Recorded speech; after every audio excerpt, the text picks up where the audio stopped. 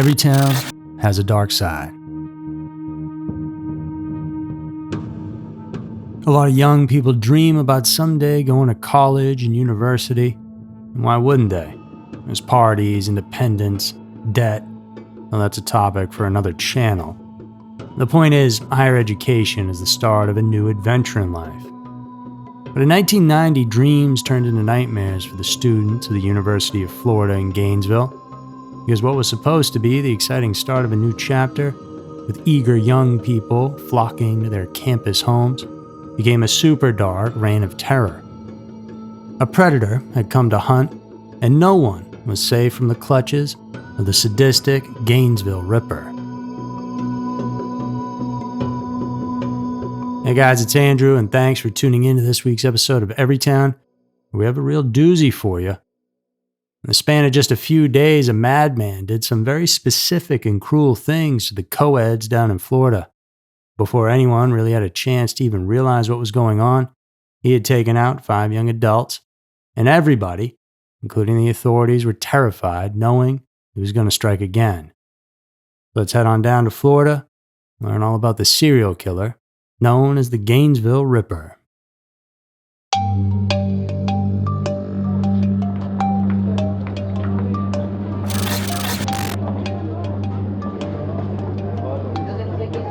In August of 1990, down at the University of Florida in Gainesville, thousands of students descended upon the campus and they began moving in for the school year.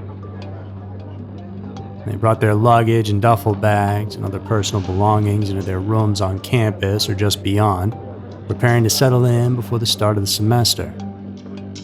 It was a moment in time to catch up with old friends, make some new ones, and get excited for bright beginnings in sunny Florida.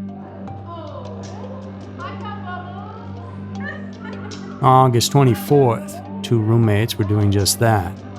17-year-old Christina Powell and 18-year-old Sonia Larson.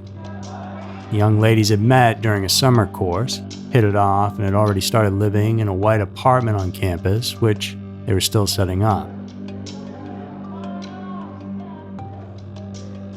It was their first year of college, and both were very excited. Sonia was a volunteer at her church, a kind and gentle girl who hoped to one day become a teacher. And Christina was sweet and fun. She came from a family of 7 siblings and was the first to attend college, making it a big achievement for her. She wanted to become an architect. Their apartment was a part of a small complex in Gainesville. That day they had gone shopping for school supplies, which they left in their dorm room, and then went into town to get something to eat.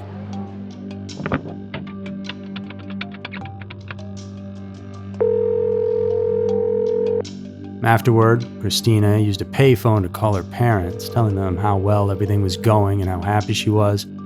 She promised to call them the next day, but that never happened.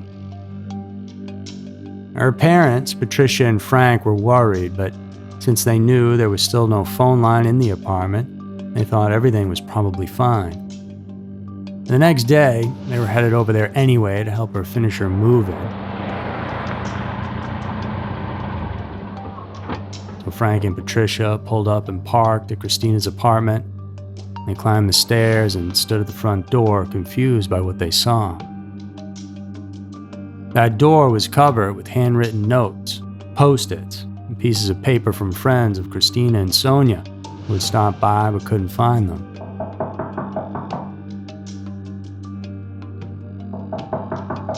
The parents knocked, at least to check, but no one answered, so they walked around the property to get help, and there found a maintenance worker from the complex. And they explained their situation and how worried they were, but he said he couldn't just open the apartment without the manager's consent. The complex manager said she understood their concern and gave her consent, but she informed them that protocol required notifying the police first, who would enter with them. A few minutes later, a local officer arrived and told them they needed to wait outside for safety and protocol reasons while he went in to take a look around.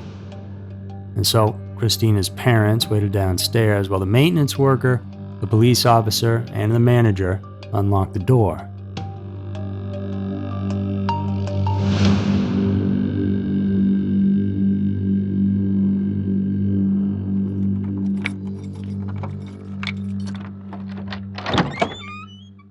The officer was the first to enter.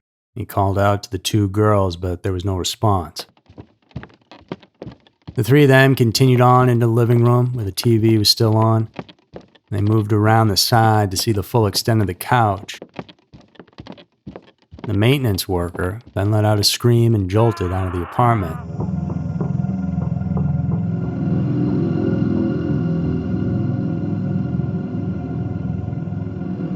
It was too much for him to take. He hurried down the stairs, past Christina's parents, where he began to vomit and sob. Patricia and Frank couldn't wait any longer, and they ran upstairs, only to be met with the most disturbing scene of their entire lives. It was their daughter, lying on the floor next to the couch, completely naked, having been stabbed numerous times. From the way her body was found, it was clear she had been assaulted before being killed. With his heart racing, the officer ordered everyone out. He went upstairs into the bedroom where he found Sonia's body with a sticky residue covering her mouth, apparently from duct tape likely used to silence her screams. As she too had been assaulted and then stabbed multiple times, Sonia was lying on the bed with her feet on the floor and her hair fanned out across the bed. Both bodies had been positioned in a very specific and unnatural way, the killer having deliberately arranged them like that as a way to add shock value to the entire situation.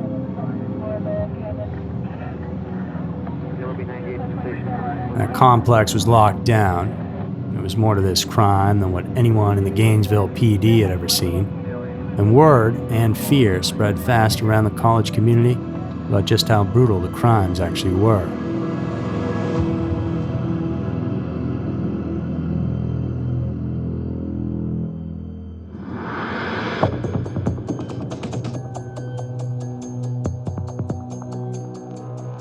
After a thorough investigation, it was discovered that around 3 a.m. on that Friday was when the intruder had broken into the apartment of the two girls, armed with a screwdriver and a large combat knife, similar to what Rambo carried. He crept through the living room, and there he saw Christina sleeping, so he then went upstairs to Sonia's room.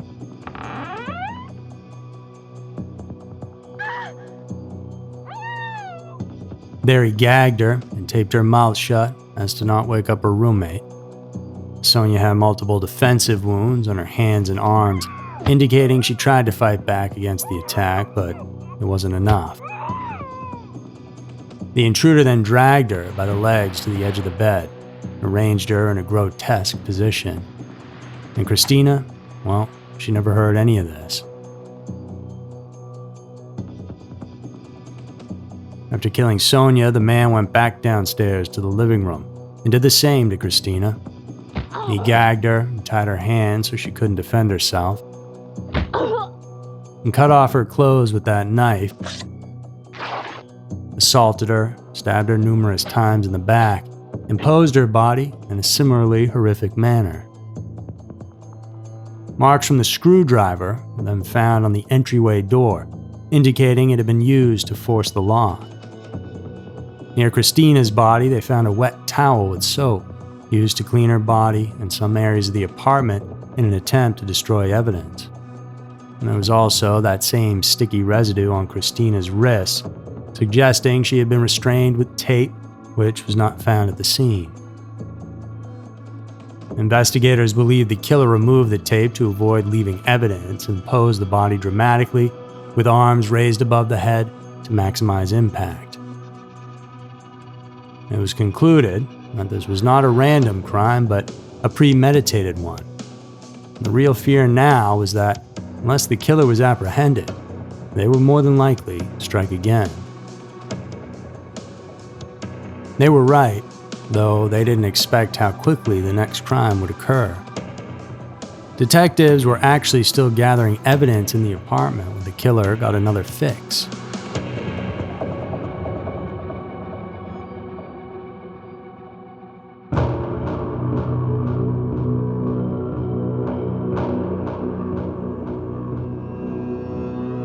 Hadn't been a day, and Krista Hoyt, another 18-year-old student living in the area though attending nearby Santa Fe College, was targeted by the murderer as she entered her home. As she walked in to find the killer waiting for her in her living room. Using a chokehold, he took control of the young woman, gagged her, tied her wrists, and took her to the bedroom. And there he brutally assaulted her and stabbed her. And looking to outdo his previous work, he then sliced her from the chest down to her belly button before decapitating her and placing the head on a shelf in a way that had it looking at the body. Doing a welfare check after she hadn't been seen in a while, when police found her, she had been dead for about 2 days, indicating she was likely killed either on the same day as Christina and Sonia or the day after. Initially, police suspected the attacker had spent several hours in the house after killing Hoyt, as there were signs suggesting she had been lying down for hours after her death before being strategically positioned in that shocking manner. The evidence pointing to the same killer was clearly strong. Authorities discovered a consistent pattern in all 3 murders. The assailant broke into the apartments early in the morning and played loud music during the crimes as neighbors complained about the noise. They stole victims' underwear and even body parts, showered before leaving, and used a knife between 4 to 6 inches long. And while students around town should have been focused on the start of the new school year, now, on the university campuses, psycho killer on the loose was all anyone was talking about.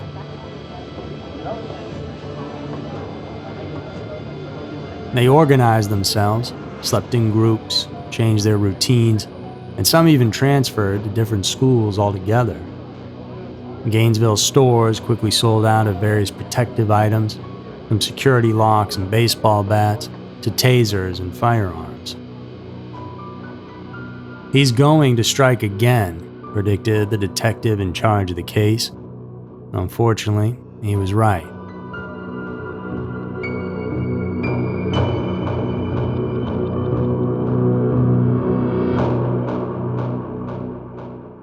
On August 27th, Tracy Pauls and Manuel Manny Taboda were found dead. And Tracy had previously taken a break from her studies but decided to return to university this year. She was on the Gainesville campus where fear of the killer was widespread. Her friend Liza asked if she was worried, and Tracy admitted she was concerned knowing there was a killer on the loose. However, she felt safe because she was sharing an apartment with Manny. And 23-year-old Manny and Tracy had been close friends for a long time, though they had never been romantically involved. They spent a lot of time together and had a strong bond. Manny had been a standout football player and was a big, strong guy, while Tracy had been a popular cheerleader.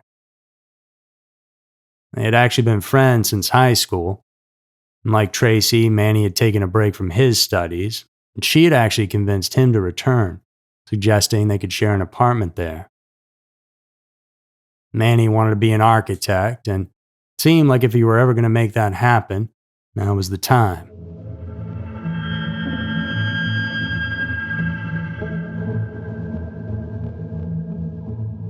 Upon hearing about the killer on the loose, Manny reassured Tracy she didn't need to worry one bit, that he would look out for her.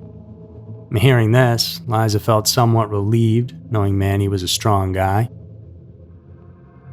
Still, she asked Tracy to call her that afternoon after classes just to ease her mind, and Tracy agreed.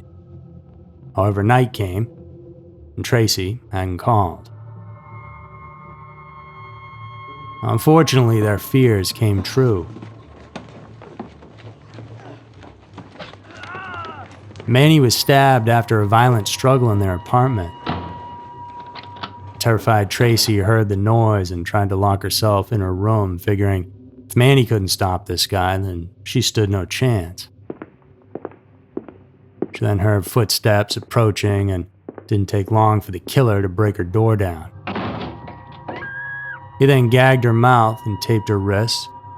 He undressed her and assaulted her, then stabbed her 3 times in the back. And once again, he posed her body in a disturbing position.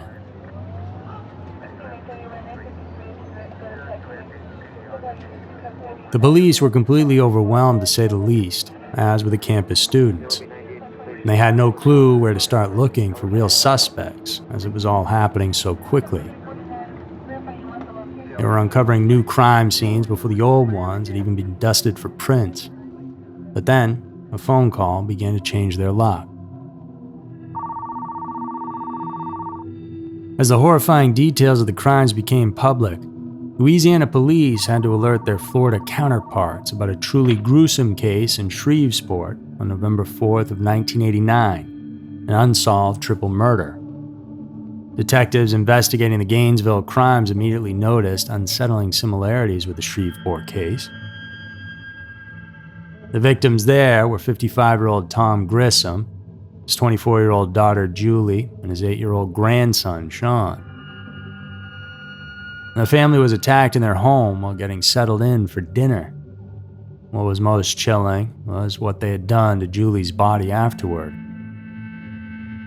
They not only killed her, but also mutilated and positioned her body, clearly staged by the killer. Don Maines, an investigator working for the Florida Department of Law Enforcement, traveled to Shreveport. He was convinced it was the same killer roaming the university campus, hunting his victims.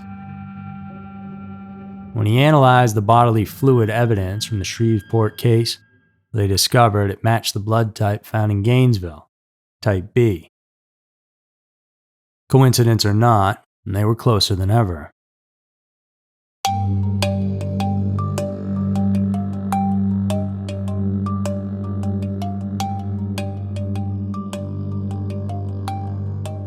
But truth be told, it wasn't due to police intelligence.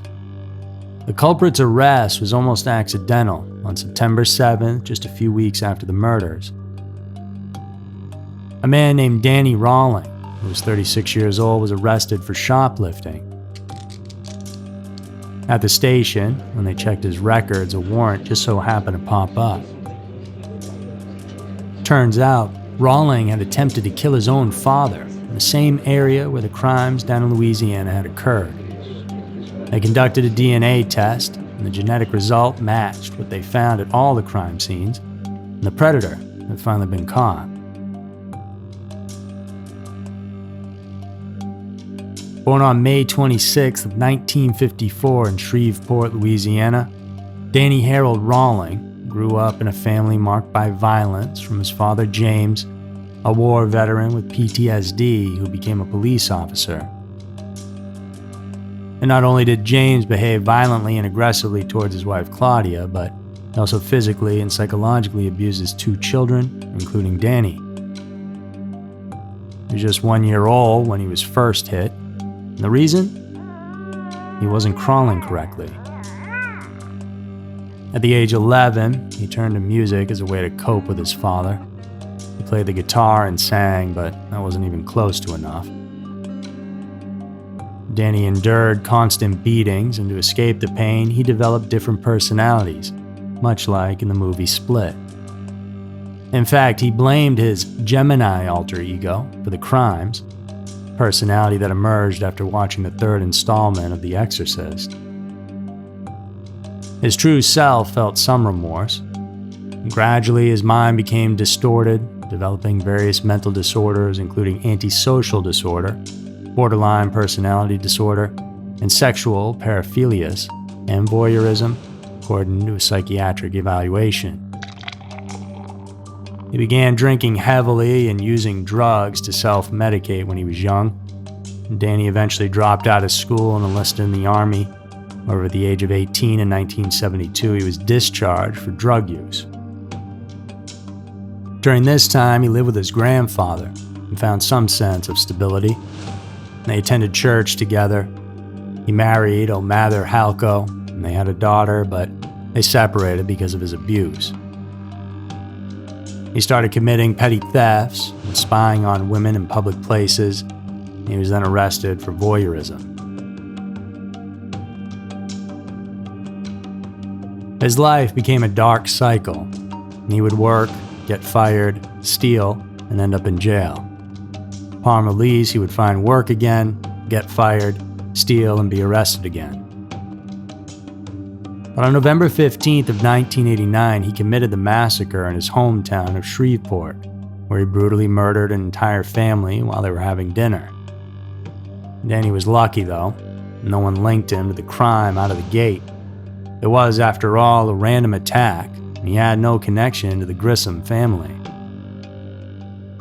6 months later, he went to find his father to kill him. Seeking revenge for his unhappy and sad childhood, he pulled out a gun, shot him in the stomach and head. But his father James survived. He lost an eye, went deaf in one ear, and reported his son for attempted murder. And that's when Danny fled across state lines, and not even 3 months later, would go on to terrorize the college campuses in Florida.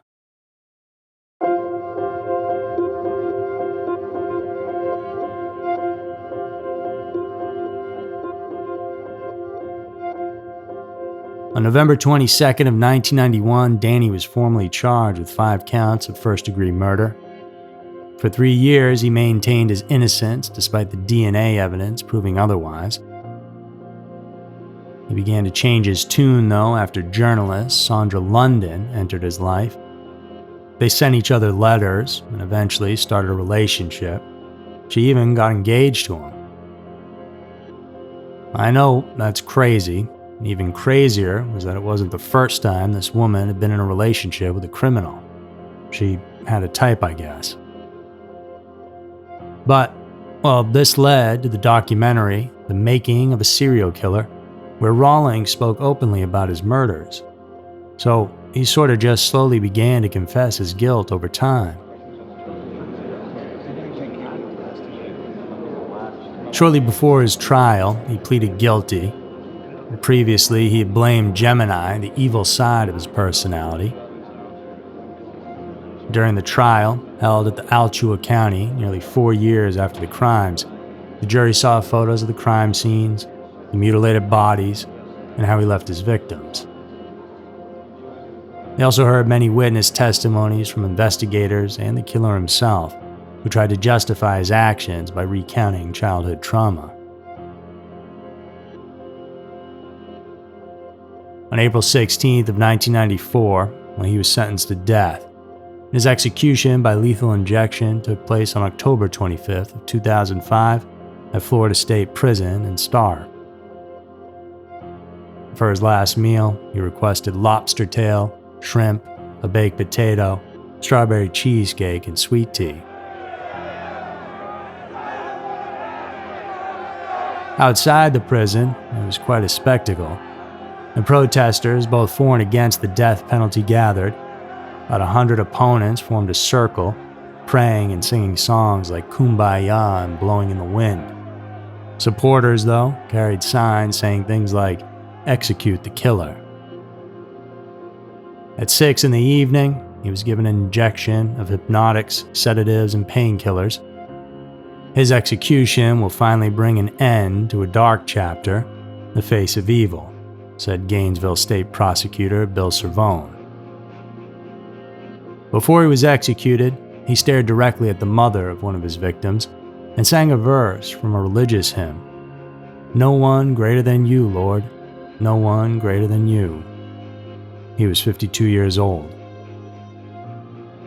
Behind him, he left not only a series of lifeless bodies, including his own, but also a story worthy of a horror movie. For real. The terrifying events that unfolded at that university campus would later inspire one of the most popular horror films of all time, Scream. Screenwriter Kevin Williamson recalled that on March 9th of 1994, he was working on a script for a new slasher film titled Scary Movie. At the time, the genre was fading, filled with movies featuring similar mythologies and killers with similar traits. Williamson was searching for something different. That same day, he happened to watch a documentary about the chilling Gainesville murders that had terrorized the student community in Florida. And the idea struck him immediately. A mysterious killer lurking, spying, and systematically eliminating young people by sneaking into their homes through doors and windows. A truly terrifying villain. While in the real case, the criminal didn't wear a mask, the producers created the now iconic ghost face, inspired by Edvard Munchen's The Scream. With these ideas in hand, Williamson crafted his horror script, ultimately titled Scream, a terrifying story that ironically stemmed from the real-life horrors in Gainesville years earlier. And so, as you can see, a lot of times the most haunting terrors in this world don't arise from just thin air, but actually from the dark corners of our reality.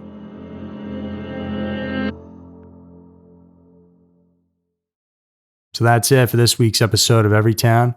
Thanks for tuning in today, and please do come back next week for another episode filled with scary, strange, and mysterious stories, because you never know. Maybe your town will be next.